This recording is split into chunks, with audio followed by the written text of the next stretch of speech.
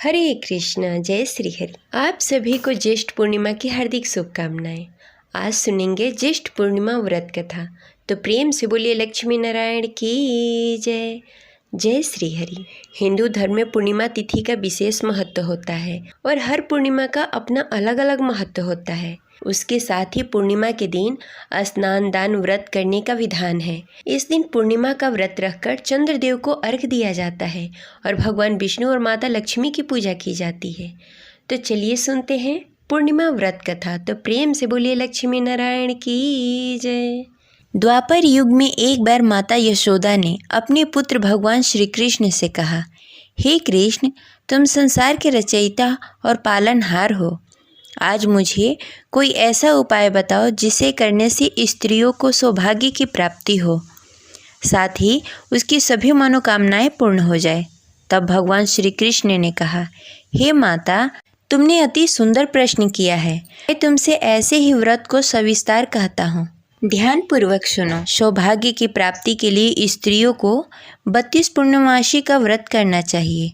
इस व्रत को करने से स्त्रियों को सौभाग्य और संपत्ति मिलती है। यह व्रत अचल सौभाग्य देने वाले एवं भगवान शिव और माता पार्वती के प्रति मनुष्य के अंदर भक्ति को बढ़ाने वाली है। यशोदा जी कहने लगी, हे कृष्ण, सर्वप्रथम इस व्रत को मृत्युलोक में किसने किया था? इसके विषय में विस्तार पूर्वक बताओ। भगवान श्री कृष्ण कहने लगे कि इस भूमंडल पर अनेक प्रकार के रत्नों से परिपूर्ण कातिका नामक एक नगरी में, वहाँ चंद्रहांस नामक राजा राज्य करता था। उसी नगर में धनेश्वर नामक एक ब्राह्मण भी था और उसकी स्त्री अति सुशीला रूपवती थी। दोनों ही उस नगर में बड़े ही प्रेम पूर्वक रहते थे। घर में धन्य धान्य आदि की कोई कमी नहीं थी, परंतु उसको बहुत बड़ा दुख था कि उसकी कोई संतान नहीं है। एक समय एक बड़ा ही योगी उस नगर में आया। वह योगी उस ब्राह्मण के घर को छोड़कर अन्य सभी घरों में भिक्षा लेकर भोजन किया करता था।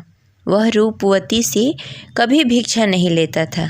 एक दिन वह योगी रूपवती से भिक्षा न लेकर किसी अन्य घर में भिक्षा लेकर गंगा किनारे जाकर भिक्षुक को प्रेम पूर्वक ग्रहण करने लगा कि धनेश्वर ने योगी का यह सब कार्य देख लिया।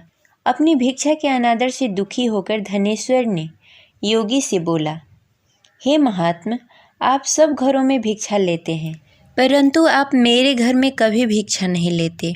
इसका क्या कारण है? योगी ने कहा, निसंतान के घर से भिक्षा लेकर पतितों के अन्न से तुल्य होती है, और जो पतितों का अन्न खाता है वह भी पतित हो जाता है। क्योंकि तुम निसंतान हो, इसलिए पतित हो जाने के भय से मैं तुम्हारे घर से भिक्षा नहीं लेता। धनेश्वर योगी की यह बात सुनकर बहुत दुखी हुआ और हाथ जोड़कर योगी के पैरों में गिर गया और कहने लगा, हे महाराज, यदि ऐसा है तो आप पुत्र प्राप्ति का उपाय बताएं। आप सर्वज्ञानी हैं, मुझ पर कृपा करें। हे भगवान, मेरे घर में धन धान्य की कोई कमी नहीं, परंतु मैं पुत्र न होने के कारण अत्यंत दुखी रहता हूँ। आप मेरी इस दुख का हरण करें, आप समर्थवान हैं। यह सुनकर योगी कहने लगे, हे ब्राह्मण, तुम चंडी की आराधना करो। घर आकर उसने अपनी पत्नी से सब वृत्तांत कहा और स्वयं तप करने के लिए वन में चला गया। वन में जाकर उसने चंडी की उपासना की और उपवास किए। चंडी ने 16वें दिन उसको स्वप्न में दर्शन दिया और कहा, हे धनेश्वर, जा, तेरे घर में पुत्र होगा, परंतु वह 16 वर्ष की आयु में मृत्यु को प्राप्त हो जाएगा। यदि तुम दोनों पति पत्नी 32 पूर्णमासी का व्रत विधि विधान पूर्वक करोगे तो वह दीर्घायु हो जाएगा। जितनी तुम्हारी सामर्थ्य हो, आटे के दिए बनाकर शिव जी भगवान का पूजन करना, परंतु पूर्णमासी का व्रत 32 होने चाहिए। प्रातःकाल होने पर इस स्थान के समीप तुम्हें एक आम का वृक्ष दिखाई देगा। उस पर चढ़कर एक फल तोड़कर शीघ्र ही अपने घर चले जाना और अपनी पत्नी से सब वेदांत कहना।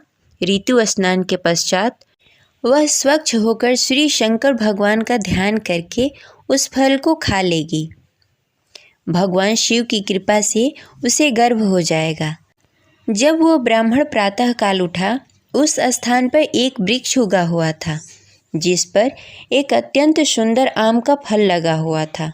उस ब्राह्मण ने उस आम के वृक्ष पर चढ़कर फल को तोड़ने का प्रयत्न किया, परंतु वृक्ष पर कई बार प्रयत्न करने पर भी वह चढ़ नहीं पाया। तब वह ब्राह्मण को बहुत चिंता हुई। तब विघ्न विनाशक श्री गणेश भगवान की वंदना करने लगा। हे दयानिधि, अपने भक्तों को विघ्नों का नाश करके उसके मंगल कार्य को करने वाले, दुखों का नाश करने वाले, रिद्धि सिद्धि प्रदान करने वाले, आप मुझ पर कृपा करके इतना बल दें कि मैं अपने मनोरथ को पूरा कर सकूं। इस प्रकार गणेश जी की प्रार्थना करने पर उसकी कृपा से धनेश्वर वृक्ष पर चढ़ गया और उसने सुंदर आम का फल तोड़ लिया। और धनेश्वर ने सोचा, जो वरदान से फल मिला था वो यही है और कोई फल दिखाई नहीं दे रहा। उस धनेश्वर ब्राह्मण ने जल्दी से घर जाकर अपनी पत्नी को वह फल दे दिया और उसकी पत्नी ने अपने पति के कहे अनुसार उस फल को खा लिया और गर्भवती हो गई। देवी जी की असीम कृपा से उसे एक अत्यंत सुंदर पुत्र प्राप्त हुआ, जिसका नाम उन्होंने देवीदास रखा। माता पिता के हर्ष और शोक के साथ वह बालक शुक्ल पक्ष की चंद्रमा के भांति अपने पिता के घर में बड़ा होने लगा। वह बालक अति सुंदर, विद्वान और बहुत ही पढ़ने में निपुण हो गया। दुर्गा जी के आज्ञानुसार उसको 32 पूर्णमासी का व्रत रखना आरंभ कर दिया, जिससे उसका पुत्र बड़ी आयु वाला हो जाए।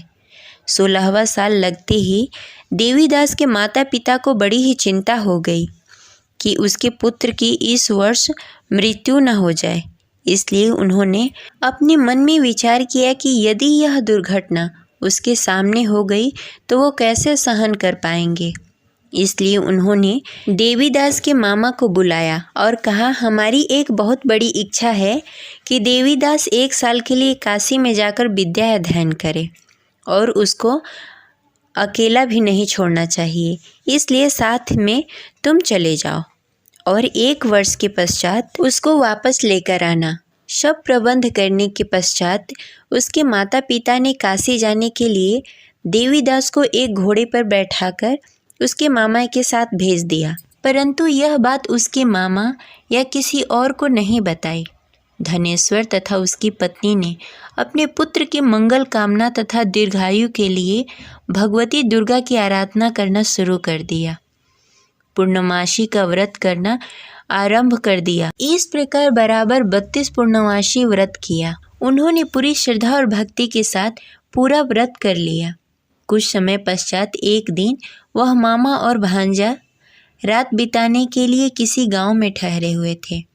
उस दिन उस नगर में ब्राह्मण के अत्यंत सुंदर, सुशील और रूपवती कन्या का विवाह होने वाला था। जिस धर्मशाला के अंदर वर और उसके बाराती ठहरे हुए थे, उसी धर्मशाला के अंदर देवीदास और उसके मामा भी ठहरे हुए थे। उधर कन्या को तेल आदि चढ़ने के बाद जब लग्न का समय आया तो वर की तबीयत खराब हो गई।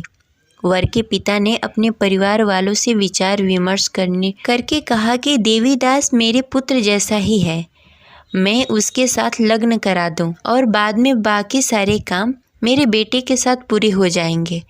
ऐसा करने के बाद वर के पिता ने देवीदास को मांगने के लिए उसके मामा के पास गए और उन्हें सारी बात बताई। मामा ने कहा कि कन्यादान में जो कुछ भी मिलेगा वो हमें दे दिया जाए।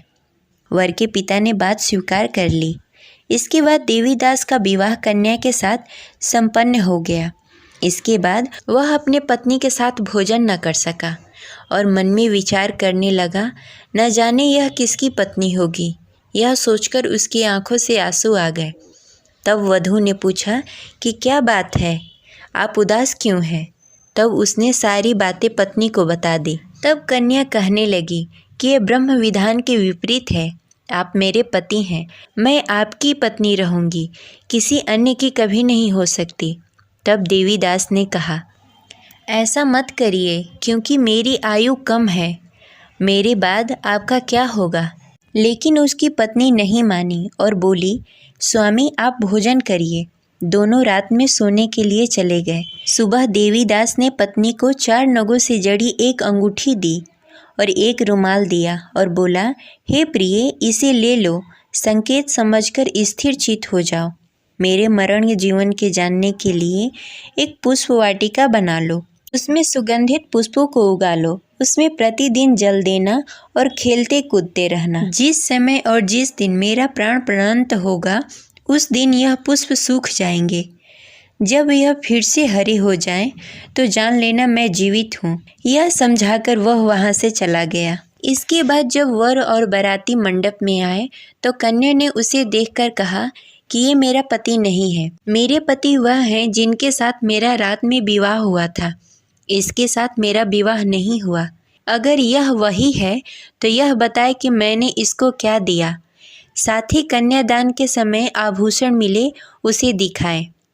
कन्या की ये बातें सुनकर वह कहने लगा कि मैं यह सब नहीं जानता। इसके बाद सारी बारात भी अपमानित होकर लौट गई। भगवान श्री कृष्ण बोले, हे माता, इस प्रकार देवीदास काशी चला गया। कुछ समय जब बीत गए तो एक सर्प उसको डसने के लिए वहां आया, लेकिन वह उसको काट नहीं पाया क्योंकि उसकी माता ने पहले ही 32 पूर्णमासी का व्रत कर लिए थे। इसके बाद खुद काल वहां पहुंचा। भगवान की कृपा से तभी वहां माता पार्वती और भगवान गणेश आ गए। देवीदास की मूर्छित दशा को देखकर माता पार्वती ने भगवान शिव से प्रार्थना की कि हे महाराज, इस बालक की माता ने पहले ही 32 पूर्णमासी का व्रत कर लिया है, आप इसको प्राण दान दें। भगवान शिव ने माता पार्वती के कहे अनुसार उसको प्राण दान दे दिया। उधर उसकी पत्नी उसके काल की प्रतीक्षा कर रही थी। उसकी पत्नी ने जाकर देखा कि पुष्प और पत्र दोनों ही नहीं हैं, तो उसको बहुत ही आश्चर्य हुआ। और जब उसने देखा कि पुष्प वाटिका फिर से हरी भरी हो गई तो वह समझ गई कि उसका पति जिंदा हो गया है। इसके बाद वह बहुत ही प्रसन्न होकर अपने पिता से कहने लगी कि मेरे पति जीवित हैं, उनको ढूंढिए। जब 16वां वर्ष व्यतीत हो गया तब देवीदास अपने मामा के साथ काशी से चल दिया। इधर उसके पत्नी के परिवार वाले उसे ढूंढने के लिए जा रहे थे कि उन्होंने देखा कि देवीदास और उसका मामा उधर ही आ रहे थे। उसको देखकर उसके ससुराल वाले बहुत ही प्रसन्न हुए और उसे घर लेकर आए। वहाँ सारा नगर इकट्ठा हो गया और कन्या ने भी उसे पहचान लिया। देवीदास ने इसके बाद अपनी पत्नी और मामा को लेकर वहाँ से चल दिया। उसके ससुराल वालों ने भी उसे बहुत सारा धन और दहेज देकर विदा किया। जब वह घर के लिए चल रहा था तो उसके माता पिता को लोगों ने खबर दे दी कि तुम्हारा पुत्र देवीदास और उसकी पत्नी और उसके मामा आ रहे हैं। ऐसा समाचार सुनकर पहले तो उन्हें विश्वास नहीं हुआ, लेकिन जब देवीदास आकर अपने माता पिता का पैर छुआ तो देवीदास के माता पिता ने उसका माथा चूम लिया और दोनों को अपने सीने से लगा लिया। दोनों की आने की खुशी में धनेश्वर ने बहुत सारा धन ब्राह्मणों को दान में दिया और हंसी खुशी रहने लगे। भगवान श्री कृष्ण कहने लगे कि इस तरह धनेश्वर ने 32 पूर्णिमा का व्रत रखकर पुत्र प्राप्त किए। जो भी स्त्री इस व्रत को करती है वह जन्म जन्मांतर तक वैध का दुख नहीं भोगती और सदैव सौभाग्यवती रहती है। यह मेरा वचन है। यह व्रत संतान देने वाला और सभी मनोकामनाएं पूर्ण करने वाला है। ये रही आज की कथा। आशा करते हैं आपको अच्छी लगी होगी। तो इस वीडियो को लाइक करें और ज़्यादा से ज़्यादा लोगों को शेयर करें। अगर आप हमारे चैनल पर नए हैं तो इसे सब्सक्राइब करके बेल आइकन को प्रेस कर लें। मिलते हैं अगले वीडियो में। तब तक के लिए हरे कृष्णा, राधे राधे।